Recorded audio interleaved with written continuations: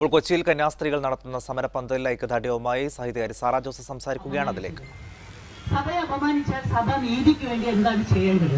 ക്രിസ്തു നീതിയെ പറ്റി പറയുന്നത് നീതി ജലം പോലെ ഒഴുകണം എന്നാണ് ക്രിസ്തുവിന്റെ നയം. നീതി ജലം പോലെ ഒഴുകണം, ജലം പോലെ ധാരാളമായി ഒഴുകുക എന്നല്ല. താണ നിലത്തേക്ക് നീരോടൂ, ജലം താണ നിലത്തേക്ക് ചെല്ലണം. ആരാണോ ഇരകളാക്കപ്പെട്ടത് അവരിലേക്കാണ് നീതി എത്തേണ്ടത്. അതാണ് ക്രിസ്തുവിന്റെ നയം. ആരാണോ ഉപദ്രവിക്കപ്പെട്ടത്, ആരാണോ ഇരകളാക്കപ്പെട്ടത്, ആരാണോ ചൂഷണം ചെയ്യപ്പെട്ടത് അവരിലേക്ക് നീതി എത്തണം എന്നുള്ളതാണ് ക്രിസ്തുവിന്റെ നയവും ക്രിസ്തുവിന്റെ ദൃഢമായ ഉറച്ച നീതിബോധവും. അതുകൊണ്ട് തന്നെ സഭയെ സംബന്ധിച്ചിടത്തോളം വലിയൊരു ചോദ്യം സഭയുടെ മുമ്പിലുണ്ട്. ആർക്കാണ് നീതി നടപ്പാക്കേണ്ടത്? തീർച്ചയായിട്ടും കന്യാസ്ത്രീക്കാണ് നീതി നടപ്പാക്കേണ്ടത്.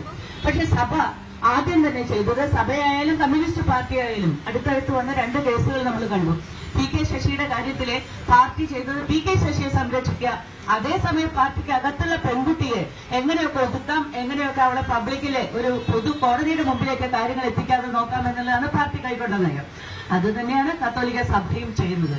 സഭയെ സംബന്ധിച്ചിടത്തോളം കന്യാസ്ത്രീയെ മാർജിനലൈസ് ചെയ്യുകയും സമരം ചെയ്യുന്ന കന്യാസ്ത്രീകളെ ഒതുക്കുകയും കന്യാസ്ത്രീകൾക്കെതിരെ നടപടികൾ കൊണ്ടുവരികയും അതേസമയം ബിഷപ്പിനെ സംരക്ഷിക്കുകയും ചെയ്യുക എന്ന് പറയുന്ന നയമാണ് സഭ കൈക്കൊണ്ടിരിക്കുന്നത്.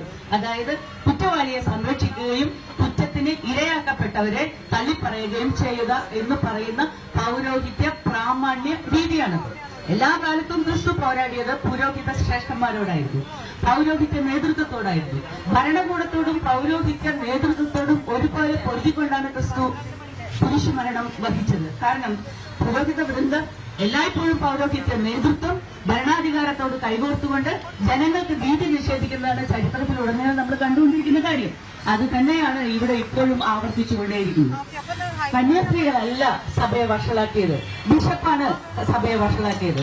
സഭയെ അപമാനിച്ചത് ആദ്യം ബിഷപ്പാണ്. ഒരു ബിഷപ്പ് അദ്ദേഹം ഇരിക്കുന്ന സ്ഥാനത്തെ ഏറ്റവും ആദരപൂർവ്വം കണ്ടുകൊണ്ട് ജനങ്ങളെ നയിക്കുന്ന ഇടയൻ എന്നാണ് പറയുന്നത്. ഈ ഇടയന്റെ കുഞ്ഞാടുകളാണ് വിശ്വാസികളായിട്ടുള്ള എല്ലാവരും, കന്യാസ്ത്രീകളും ബാക്കി അച്ഛന്മാരും അൽമാരും ഒക്കെ അടക്കമുള്ള ഒരു സമൂഹം എന്ന് പറയുന്നത് ബിഷപ്പാകുന്ന ഇടയന്റെ കീഴിലെ കുഞ്ഞാടുകളാണ്. അവരെ നയിക്കേണ്ട, ആപത്തിൽപ്പെടാതെ അവരെ നയിക്കേണ്ട ഒരു ബിഷപ്പ് തന്നെ അതിലൊരു കുഞ്ഞാടിനെ കൊന്നു തിന്നിട്ട് സഭയെ അല്ലെങ്കിൽ ക്രിസ്തുവിനെ ആദ്യം അപമാനിച്ചു. അങ്ങനെ ബിഷപ്പാണ് ആദ്യം അപമാനിച്ചത്. അങ്ങനെ ഒരു ബിഷപ്പ് അല്ലെങ്കിൽ ഒരു പുരോഹിതൻ അപമാനിച്ചാൽ സഭ എന്ത് ചെയ്യണം? കമ്മ്യൂണിസ്റ്റ് പാർട്ടി എന്ത് ചെയ്യണം?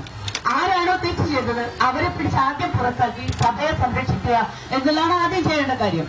അവരെ കാണിക്കണം, അവരെ പുറത്താക്കണം, അവരെ തള്ളിപ്പറയണം. അതിന് പകരം കന്യാസ്ത്രീകളെ തള്ളിപ്പറയുന്ന ഒരു നയത്തിലേക്ക് സഭ നീങ്ങിയിരിക്കുകയാണ്.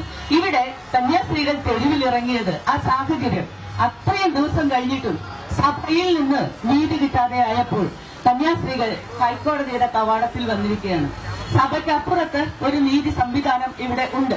ആ നീതി സംവിധാനം എല്ലാ ജനങ്ങൾക്കും ജാതി മത വ്യത്യാസമില്ലാതെ അർഹതപ്പെട്ട ഒന്നാണ്.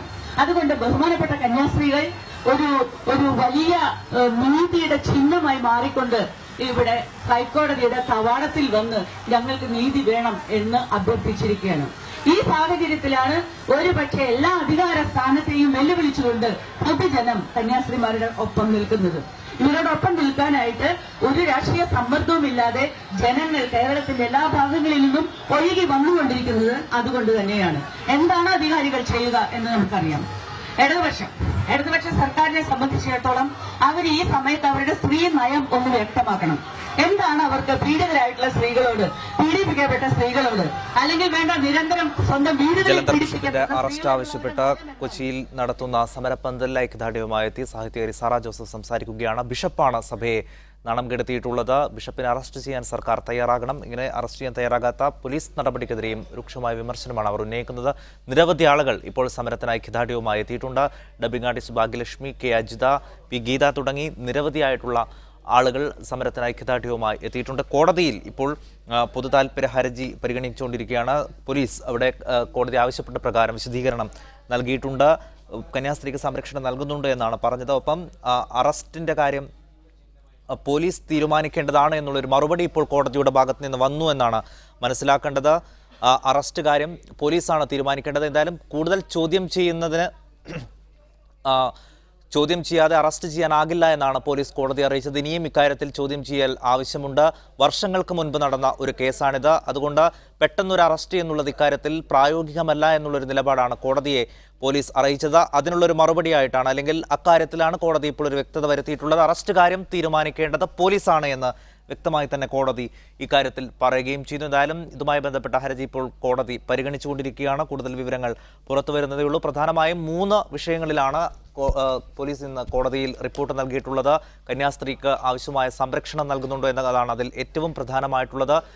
ഇരയായ കന്യാസ്ത്രീക്ക് സംരക്ഷണം വേണമെന്ന് നേരത്തെ ഒരു ഹർജി മുഖാന്തരം ആവശ്യപ്പെട്ടിരുന്നു. അതിൽ പോലീസിനോട് വിശദീകരണം തേടുകയും ചെയ്തിരുന്നു. അതിലുള്ളൊരു മറുപടിയാണ് പോലീസ് നൽകിയത്. അതിൽ തന്നെയാണ് പോലീസ് ഒരു കാര്യം വ്യക്തത വരുത്തിയത്. ഇനിയും കൂടുതൽ ചോദ്യം ചെയ്യേണ്ടതുണ്ട്. അതിനുശേഷം മാത്രമേ അറസ്റ്റ് അടക്കമുള്ള നടപടികളിലേക്ക് പോകാൻ കഴിയൂ. 4 വർഷം മുമ്പ് നടന്ന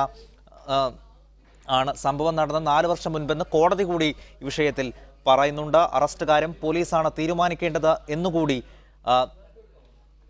കോടതി പറഞ്ഞു വെക്കുകയാണ്. കോടതിക്ക് സമീപം തന്നെയാണ് കന്യാസ്ത്രീകൾ ഇപ്പോൾ നടത്തുന്ന സമരപ്പന്തലുമുള്ളത്. അവിടെയും വലിയ രീതിയിൽ തന്നെ സമരം നടക്കുകയാണ്. നിരവധി ആളുകൾ, സാഹിത്യ, സാമൂഹ്യ, സാംസ്കാരിക രംഗത്ത് നിരവധി ആളുകൾ ഈ സമരത്തിന് പിന്തുണയുമായി ഇപ്പോൾ അവിടേക്ക് എത്തുന്നുണ്ട്.